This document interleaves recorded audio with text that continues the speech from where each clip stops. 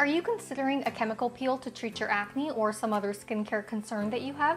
Make sure to watch my video today to find out my top do's and don'ts when it comes to getting chemical peels.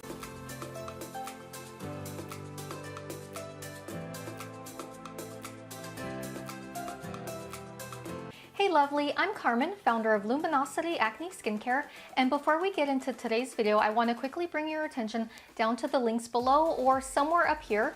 I'm going to pop in an iCard that will give you a link to download a free copy of my list of pore clogging ingredients to avoid. This is the same exact list that I give to all of my clients, whether they come see us personally at my North Carolina acne office or whether they purchase a kit from me. This list is the only way to ensure that every single thing that you put on your skin is truly acne safe and non-comedogenic, meaning it doesn't contain any pore clogging ingredients. So make sure to grab your copy today. Okay, let's go ahead and get into today's topic. So first and foremost, make sure that you are not buying any chemical peels off of the internet. You always want to make sure that you're only getting chemical peels through a licensed or qualified professional. Do not attempt to do a peel at home. It could spell disaster for your skin. Alright, so of course I had to get that little disclaimer out of the way because I know that doing chemical peels at home is very popular, but I just want to let you know that that's not the route that I recommend my clients take. Alright, so the first do when it comes to chemical peels is to always prep your skin for at least 2 weeks before you get your first chemical peel.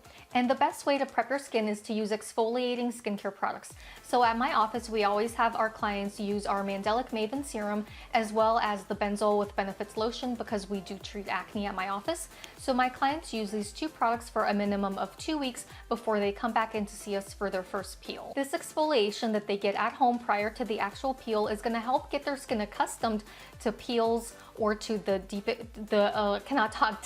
exfoliation that the chemical peel will provide for them. So it's going to be much easier on the skin if it's already accustomed to some level of exfoliation or peeling before they get the deeper peel. Prepping the skin with products will also allow any impactions that are currently in the pores to be easier extracted by the esthetician, because trust me, the last thing you want is your esthetician to struggle with stubborn impactions inside of your pores. But using products before you get your first chemical peel can definitely help to loosen everything in there and make things just a little bit easier on your esthetician, because at my office, whenever a client comes in for their treatments, they get both a chemical peel and then extractions so that we can remove any current blackheads, whiteheads, pustules, or that type of acne. Do be aware that if you have a darker skin tone, so for example, but not limited to, if you are African American, Hispanic, Indian, Middle Eastern, Mediterranean, even some Asian descents who have a darker skin type, you do run the risk of hyperpigmenting from chemical peels. This is also something that can happen from laser treatments or microdermabrasion too. And the reason for this is because anyone who has a darker skin type has more active pigment cells and they can be easier stimulated. When these pigment cells are stimulated, they can go into overdrive and just darken up the skin. Prepping the skin for a couple weeks before you get the first chemical peel can definitely help to lower the risk of hyperpigmenting or darkening occur, but there is no way to 100% guarantee that it will not occur. And that's simply because everyone is individual and some people's skin can just be more prone to hyperpigmenting than others. So while there are things that you can do to help minimize the risk, just be aware that if you do have a darker skin tone, that the risk will always be there to some degree. Now, with that said, I don't want to scare you.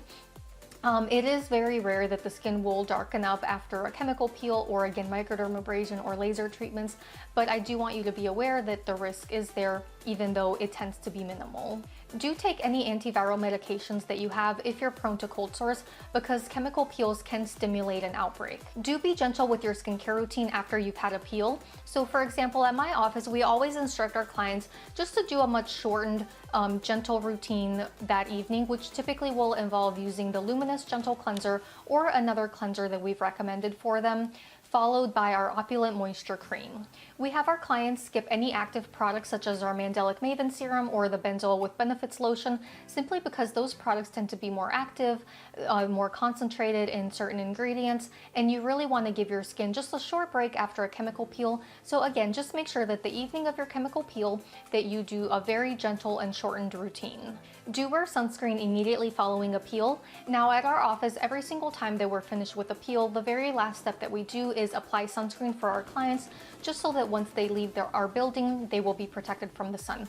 But regardless of us doing this for our clients, it's also important that on a daily basis, they themselves use sunscreen, because the sun can make the skin more susceptible to sun damage, especially following a peel or just generally using exfoliating products. Do follow your esthetician's recommended protocol for whatever skin condition you're trying to treat with chemical peels. And what I mean by that is that if your esthetician recommends a series of chemical peels coupled with certain products, it really is going to be in your skin's best interest to follow her advice and do those things that she's laid out for you in order to get that full result that you're looking for.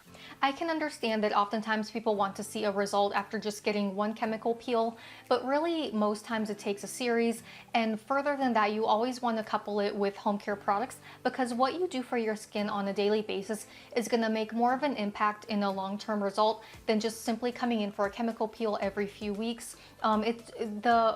Every few weeks approach is just not going to be as beneficial to you as using products on a daily basis. So make sure that, again, whatever protocol your esthetician has laid out for you, that you are in compliance with that.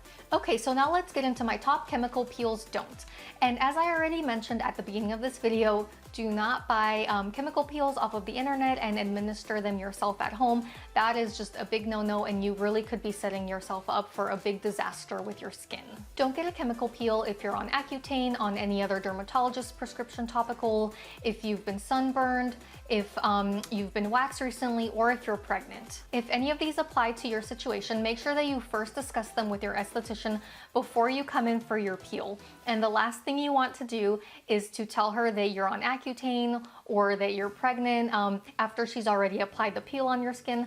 Trust me, that is the easiest way to tick off your esthetician or to freak her out. So just make sure that you communicate any of these scenarios with her before you come in for your chemical peel. Don't go swimming, sunbathing, or do an intense workout that causes excess sweating after you've had a peel. You always just want to give your skin a little bit of downtime right after the peel. Anything that creates extra heat or sweating on the skin is going to irritate it, and it can cause a bad reaction. So just make sure that the day that you schedule your chemical peel, that your calendar is clear and that you're not planning on sunbathing or having an intense workout. Don't rub off or scrub off any dry or flaking skin after a chemical peel, especially if you have a darker skin tone, because that can only lead to irritation as well as possible hyperpigmentation. Remember that if you have a darker skin tone, your pigment cells are a lot more active, so you definitely don't want to overstimulate them by rubbing and scrubbing at the skin. And on the flip side of that, don't be disappointed if after you've had a chemical peel, you notice that you don't have dry skin or flaking skin. A lot of times that's very individual. So while most clients are prone to having some level of dryness and visibly flaking skin after a chemical peel, not everyone will. And it's not always an indication that if the skin didn't flake up, that it's not exfoliating. Again, everyone is individual and their skin can react in a different manner. And it's so funny to me because at my office, it's always the grass is greener on the other side. And what I mean by that is clients who do get the dry flaking skin, they always wish that they didn't. Clients who don't get the dry and flaking skin, while they should I cannot talk, sorry guys. While they should count themselves lucky, they always wish that they did get some amount of flaking skin just so that they can see that the process is working. But again, it's just an individual thing. All right, so that's it for this video. I do hope that you found it helpful. And if you're ready to work with me towards clear skin, then make sure that you visit my website at luminosityacne.com. I have a few options for you. So whether you live close by to my North Carolina office, or if you live nowhere near me, I do have acne kits available that ship worldwide, so you can get beautiful, healthy, clear skin, whether you live close or far. And really quickly, I'm just gonna pop in a few before and after photos of actual clients that have either stepped foot in my office and have worked with me or my acne specialists, or they've purchased a kit because, again, they live nowhere close to me. So I'm just gonna pop in a few results that you can expect. And if you're not quite ready to work with me towards clear skin, then that's no problem, but just make sure that you do take advantage of that free copy of my list of pore clogging ingredients to avoid that I'm offering.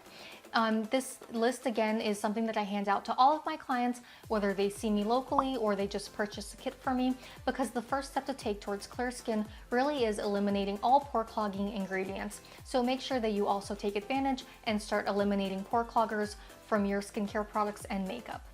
And also follow me on Instagram at Luminosity Acne. Okay, that's it for this video. I will see you in my next one. Thanks so much.